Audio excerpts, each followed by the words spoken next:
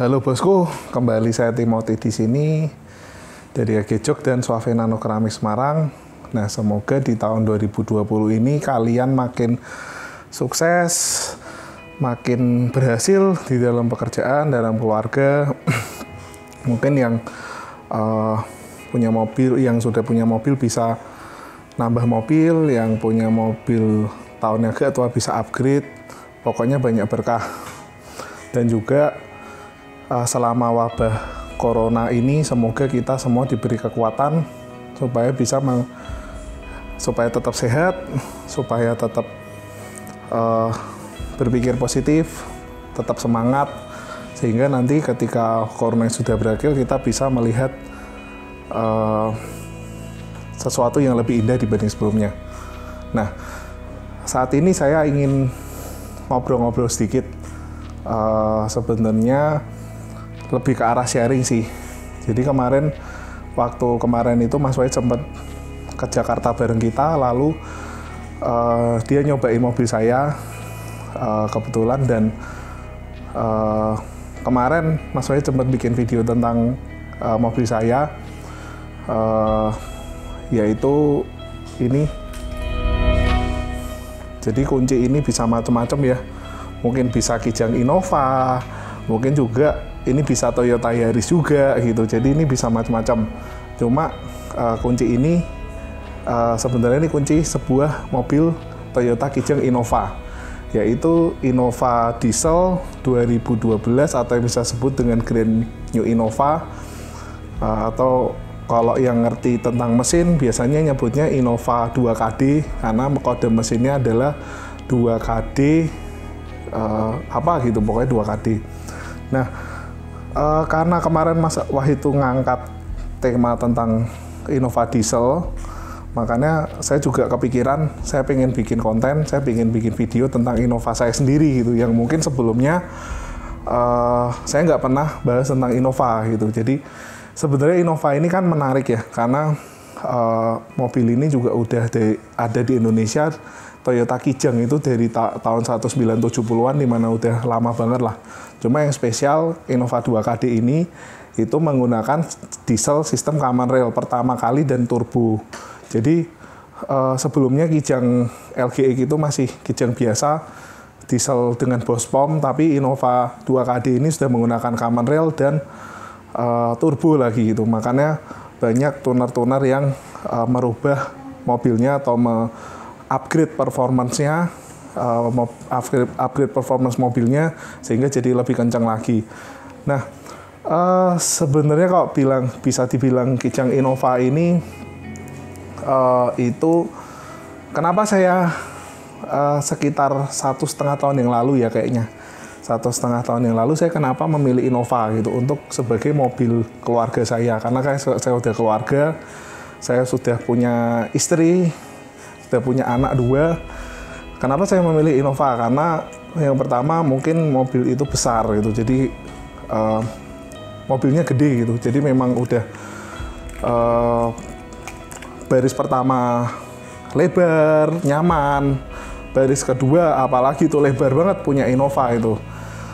Baris ketiga memang nggak selebar baris kedua, tapi it's okay lah, karena baris ketiga biasanya juga cuma buat anak-anak aja, atau mungkin buat mbak, atau mungkin buat barang kayak gitu. Nah, yang kedua, kenapa saya ngambil Innova? Karena sebelum yang Innova yang saya pegang ini ada satu Innova lagi 2005. Nah, Innova 2005 itu sebenarnya saya cuma coba-coba, karena sebelum itu saya pakai Nissan Juke, udah saya jual. Terus waktu itu saya sempat pakai Nissan Juke sama Innova. Nah, Innova lamanya itu saya jual.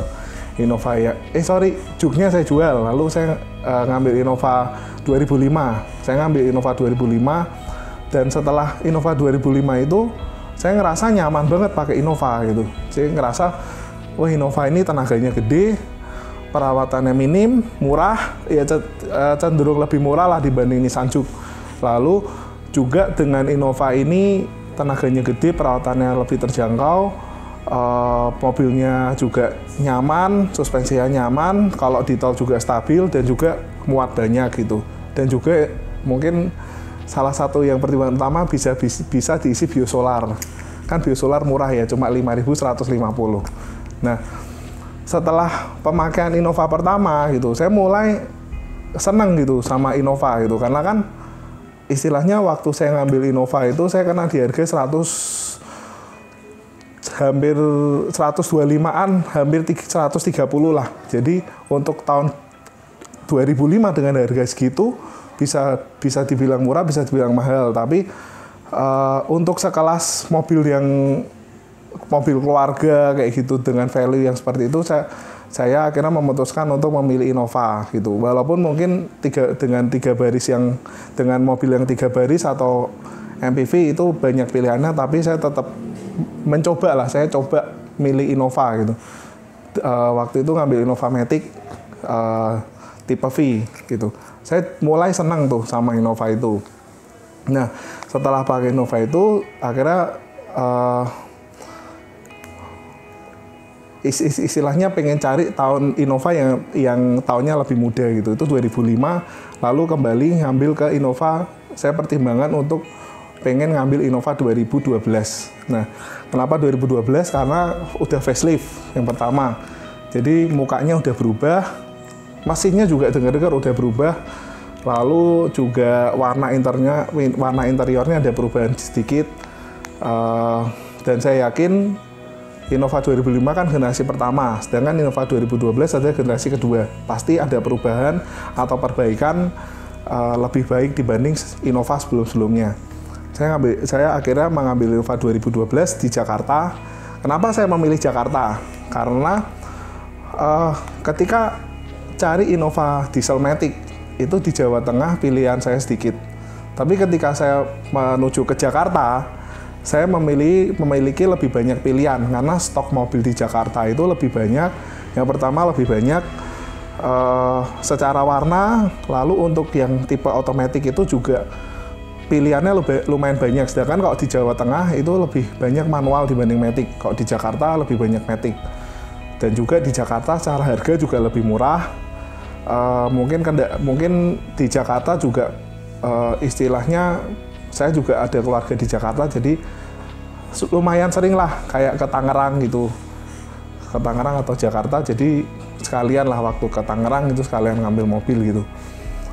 Terus di Innova itu kebetulan saya dapat dengan barang yang bisa dibilang cukup istimewa karena bodinya tergolong bagus, lempeng, lurus, kenceng, terus juga bannya baru, jadi ban depan belakang itu baru, saya ngambil 2019 dan bannya itu juga 2019 gitu. Jadi pas ngambil mobilnya tuh bannya baru grace gitu, kayak baru berapa bulan doang kali. Lalu shock breaker belakang juga baru dan pemilik sebelumnya kalau ngisi pakai Shell.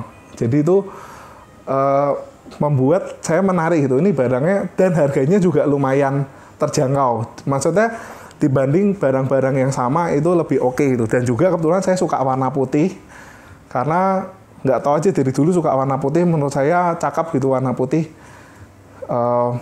Dan diesel matic ya, cuma mungkin kendalanya di tipe G sih. Kalau tipe G kan nggak ada airbag, terus juga untuk tipe G itu dia masih nggak ada airbag, lalu panel AC-nya juga masih putaran gitu, bukan tombol, nggak ada wood panel kayak gitu. Tapi saya pikir cobalah saya explore lah ini Innova tipe G supaya nanti saya bisa modifikasi meningkatkan performanya. Dan salah satu juga kenapa saya memilih Innova Diesel Matic, karena Innova Diesel Matic itu bisa di remap sampai dengan 160 horsepower, dimana torsinya tuh 200, karena kalau sudah di remap bisa sampai sekitar 350-360 Nm. Jadi saya coba browsing remap, cuma 3 juta gitu. Maksudnya 3 juta tapi horsepowernya nambahnya 60 gitu. Bahkan kalau bisa dibilang dengan mobil dengan HP yang 160 itu sekarang ini harganya udah 300 ke atas lah, mobil-mobil kenceng gitu kan. Sedangkan ini mungkin mesinnya ada potensi untuk bisa dimaksimalkan performansnya.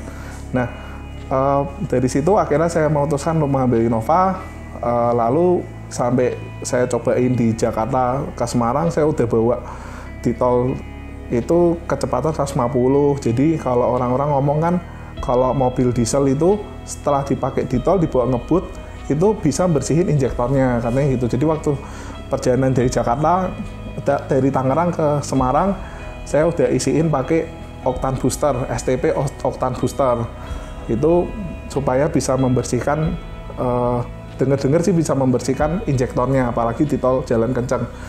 Itu udah 160 tapi mentok di 160 dari Jakarta ke Semarang. Saya bawa mobilnya, saya bawa ke Semarang, lalu sampai Semarang saya memutuskan untuk meremap mobil saya. Dan sebelum saya remap itu saya sempat ngetes 0 sampai 100 itu kisaran di 100, jadi sekitar 19 detik. Lalu setelah di remap dengan posisi saya sendiri, dengan solar, dengan kualitas B20 itu masih dapat sekitar 10,5 detik gitu. Jadi menurut saya udah cukup kenceng ya, kalau bisa dibilang 10,5 detik itu udah kelas VW, standar-standarnya VW kayak gitu. Jadi kalau rata-rata mobil NA non turbo itu paling kan kalau misal ditarikin kenceng gitu paling kan 113 lah, atau mungkin 117, bahkan 120-an kayak gitu. Apalagi kayak mobil-mobil Avanza gitu kan kayak bisa 120-an kayak gitu. Sedangkan ini cuma di remap tambah 3 juta, bisa kencengnya itu setara dengan kayak VW standar lah.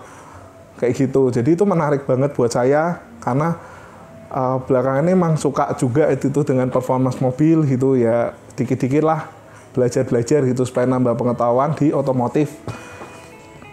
Nah, jadi memang kendalanya di pengereman itu ya, jadi di Innova itu nggak ada engine brake-nya, dan juga setahu saya sih kalau saya browsing-browsing dari Innova Community, lalu juga cari info di internet kayak gitu, dari teman-teman Innova juga cerita memang pengeremannya itu nggak mumpuni kalau tenaganya udah sebesar itu, jadi harus di-upgrade harusnya, tapi saya belum upgrade. Disc brake-nya masih disc brake standar kecil gitu. Disc brake-nya masih kecil, lalu juga kalipernya juga ya pokoknya standar lah, harusnya di-upgrade dengan spek braking system yang lebih bagus lagi, dengan disc brake yang lebih besar, kaliper yang lebih banyak ya. Bener sih, kayak kaliper lebih banyak itu, atau kaliper tuh apa saya nggak ngerti lah, pokoknya harus di-upgrade gitu. Nah, terus juga yang salah satu kendala yang ketiga tuh di ban. Jadi kalau ban itu Innova kan ringnya kecil ya, ringnya kecil. Terus bannya itu kan sebenarnya kalau dilihat Innova itu memang buat mobil niaga. Jadi ringnya kecil cuma 15, cuma ring 15, bannya tebel banget gitu. Nah, sebenarnya itu nggak jadi kendala, cuma mungkin hambatan utamanya di ketika sudah speed kencang 180, 190 itu saya sendiri nggak tega gitu, takutnya kalau bannya meletus atau meledak gitu, karena kan di bannya sendiri maksimalnya cuma 200 km per jam kayak gitu.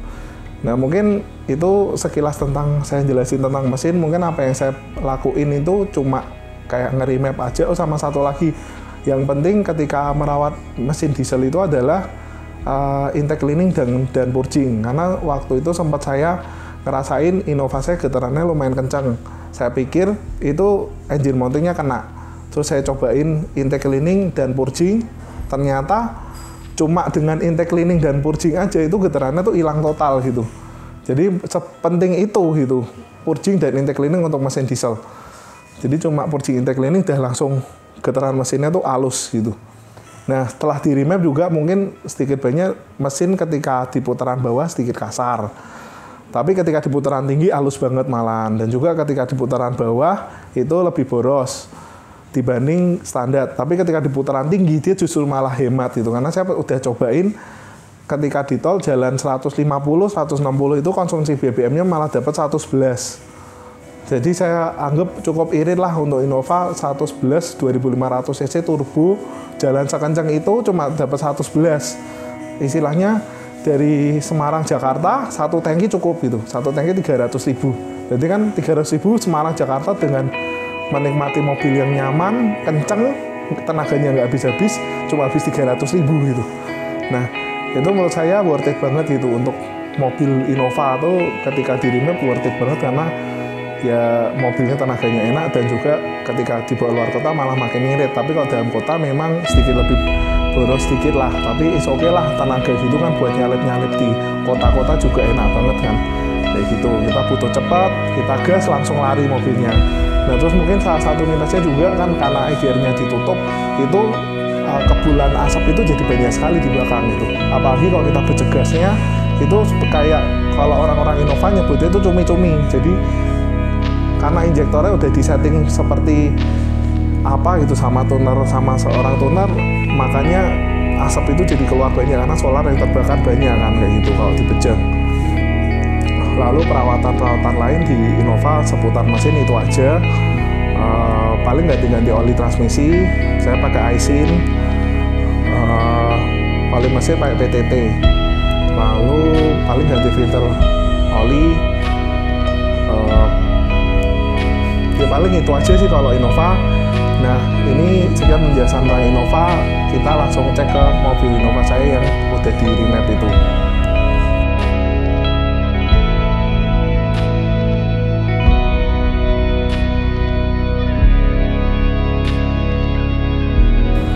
Halo bosku, ini saya udah mengendarai si mobil putih ini, yaitu Innova Diesel 2KD yang tadi saya ceritain.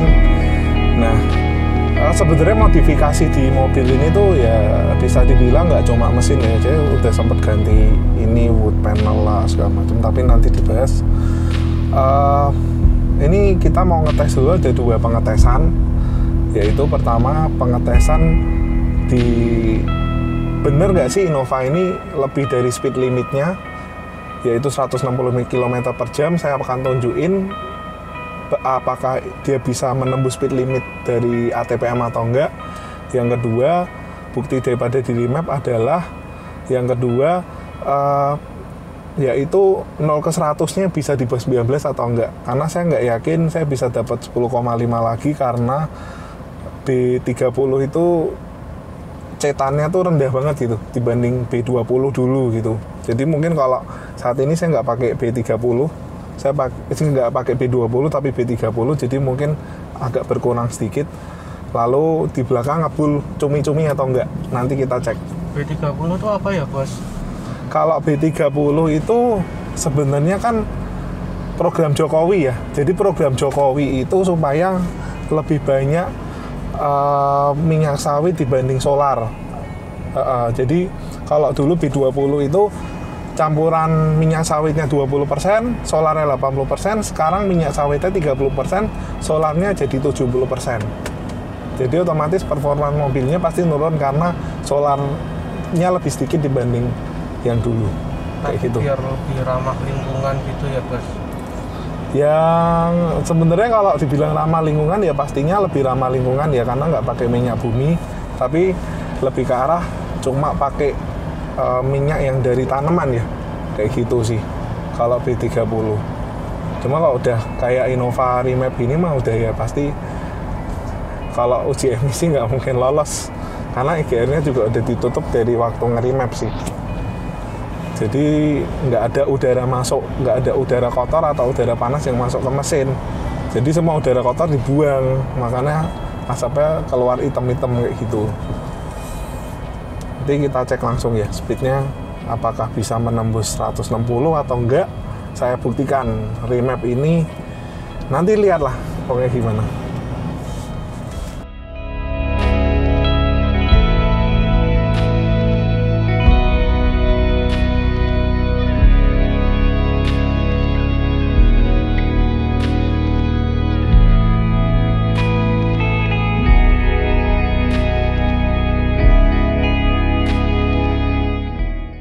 Nah ini kita udah di tol, karena kita mau menembus speed limit harus punya trek yang panjang, makanya kita harus nyoba di tol. Karena kalau jalan biasa nggak mungkin bisa keburu dapat 190 atau 180 atau berapa. Nanti kita coba apakah bisa nembus speed limit atau enggak.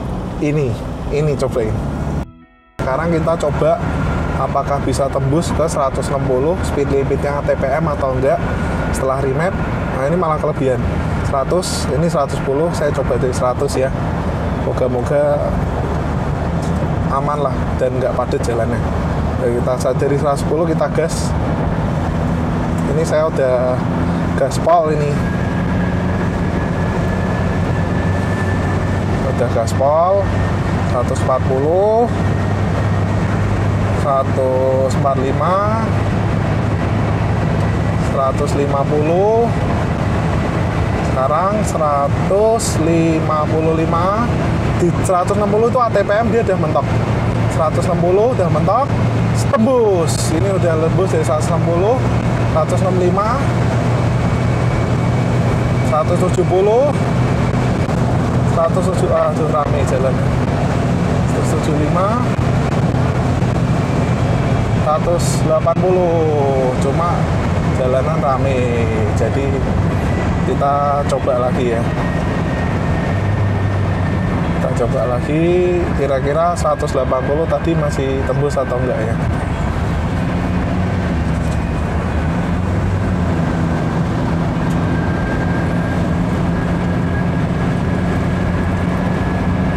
Lurus deh ya, apa kalimu ya? Kalimu lurus Kendal wis, gak apa-apa lah, biar ada sepi. Aku mau coba 195 apa 200 tembus deh gitu, aku belum pernah nyoba. Harusnya tembus. Nah, mau ngetek lagi. Yuk, ini sekarang 120 karena tadi jalannya padat, nggak tembus. Ini kita cobain bisa 190 nggak ini ya? Atau tadi 180 udah dapat.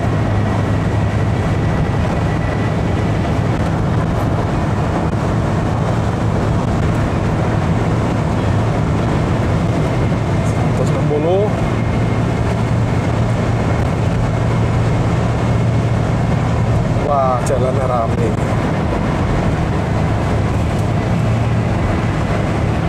Nah, ini udah mulai kosong. Kita cobain.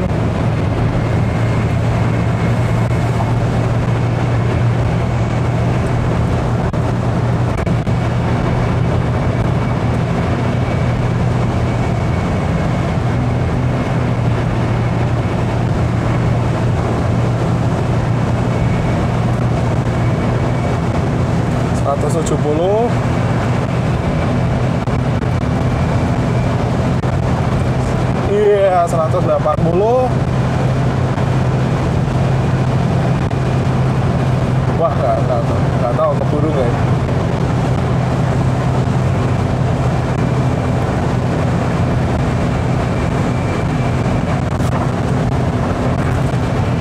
Kita cobain jalanan ini bisa nggak tembus.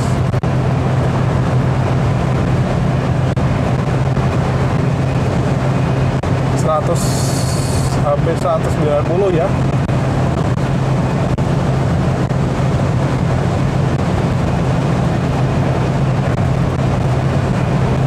Ya kayaknya sih hampir 190 kayaknya udah mentok ini. Karena mungkin ya ini tadi jalannya nanjak juga sih. Padat bos, jalannya Padat. bos. Mau becek ragu.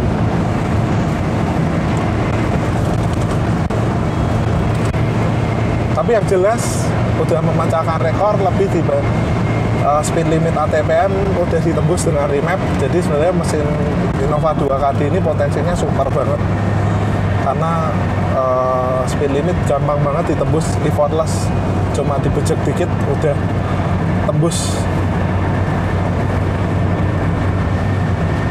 Habis ini kita mau tes 0 sampai 100 berapa detik ya.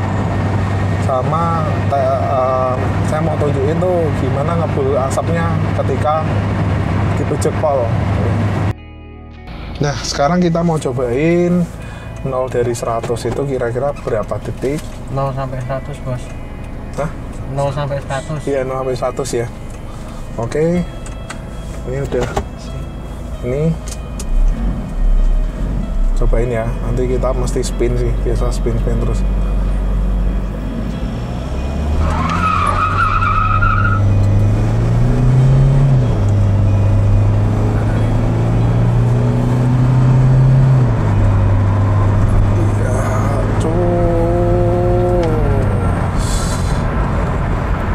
Bisa dilihat kalian hitung dari detik keberapa, menit keberapa, bisa cek. Tadi sekali, sekarang kita mau cobain sekali lagi. Kira-kira dapat berapa nih, karena kalau tadi mungkin pas startnya juga salah ya. AC juga 2, kita mau matiin AC biar lebih powerful tenaganya. Dari posisi D, tadi kayak overspin kayak sih.